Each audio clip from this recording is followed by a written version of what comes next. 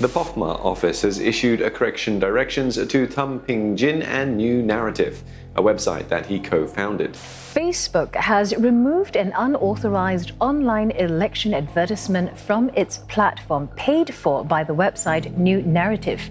This comes after the Infocom Media Development Authority, as the assistant returning officer, issued a notice to the social media company. PJ Thum, and it's just about 10 o'clock and I'm about to go into Clementi Police Station. As you may know, the Singapore Elections Department, which is part of the Prime Minister's office, issued a police report against New Naratif. The Elections Department, or ELD, has filed a police report against socio-political site New Naratif for publishing paid internet election advertisements during the recent general election without authorization. So I was then called up for interrogation by the police, and I was interrogated for 4 hours on the 21st of September 2020. They then raided my home. They took my phone, they seized my laptop, and they have yet to return it. And that was that until today, where again I was called up and I spent another 3 hours at Clementi Police Station with the police. I'm outside Clementi Police Station and I will soon report in for the questioning. The fact is, they never needed to call me in for questioning in the first place. This is a sustained campaign of harassment designed to silence and intimidate independent journalists and activists in Singapore. I call upon all people to make their opinion known to the Singapore government and the local representative that this... Hey Ellena, I was wondering if we could talk for a bit. Sure. What's wrong, Marsha? Yeah, so I'm a bit unsure about our future. Like threats from the government, our friends living with such bitter thoughts, all while PJ was being summoned by the police numerous times, and now people are making conspiracy theories about him online. Oh, okay, I see. How do you do it, Ellena? How do you not get tired in the middle of all of this? Believe me, I do get tired. We all do. Like, I think that everyone who fights for a better word gets tired from time to time, and it makes us slip up and kind of fake faith and be resentful towards one another, and we can easily lose sight and just focus on the negatives.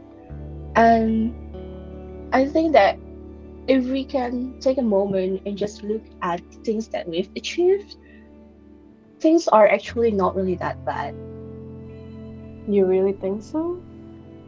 Yeah. Did you know that we recently won a SOPA award, that we received an award for excellence in opinion writing? But what does this all mean if we keep facing the situation? Well, the award validates our concerns in regards to the dangers of FICA, or the Foreign Interference Countermeasures Act in Singapore, and how it would fundamentally reshape power in the Singapore government. And yeah, and we've won other awards too. One of my favorite is our piece called One Day Out by Ina Putri Bestari. Yeah, I agree. I love how New Naratif has provided somewhat of a home for stories like Ina's. She's a queer Southeast Asian Muslim, and most comics on LGBTQ plus experiences center on Western voices. Yeah, and don't forget about the citizens' agenda. We asked Malaysians and Singaporeans what issues were most important to them, because we barely have a space to talk about it. And identifying these issues is the first step to making a change.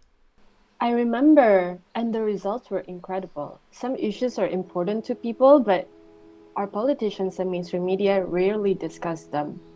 And speaking of trust in the government, we also published something regarding that and media freedom, didn't we? Yeah, we have Media Freedom Project. It highlights all the unique ways governments and allies suppress media workers, specifically in Southeast Asia. We've made that much of a difference? Well, yeah, but we wake up every day to terrible news and new threats, and you start to wonder if anything we're doing matters at all. But if we can make a difference to a handful of people and help you struggle and be part of your struggles, I believe that this naive little dream of ours is worth hanging on to, you know? Yeah, I guess it is.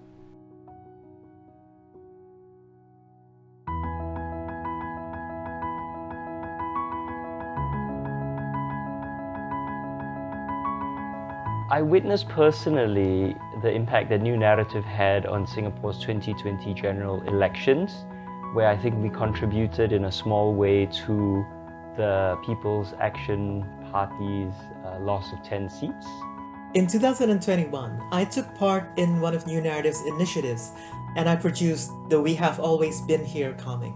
It has profoundly impacted my life because it has connected me to a community of trans and non-binary people in Indonesia, and it has thrived as provided such a safe space, and I really thank New Narrative for that. I think New Narrative has been really good at delivering accessibility to information. I personally have benefited a lot from learning about not just my own country, but also the region of Southeast Asia through a lot of the outputs that New Narrative has done. And I think that that is an aspect that we could definitely develop more in the future for the benefit of Southeast Asia.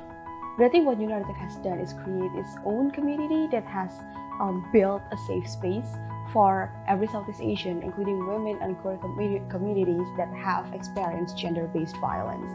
So by creating the reports from the ground up, from the lived experiences of people in the field, I believe that the research department has been able to produce reports that matter, that actually say something about the qualitative experiences of people in the field. That's not just about indices or numbers or data. Well, yeah, I don't think that I can say the big impact toward all Southeast Asians or toward the entire region, but I would say that it's the internal system that New Narrative has been trying to implement, has been trying to learn and unlearn, because it's really important to implement the micropolitics in our daily practices. During my 10 years of experience working in this industry, I think that New Narrative is like one of the irreplaceable organization, the most leading organization that have is trying to be more progressive in implementing the system in the workplace. One of the things that really touched me is seeing people come together from all walks of life to our democracy classrooms and engaging with each other and discussing ideas and practicing radical imagination.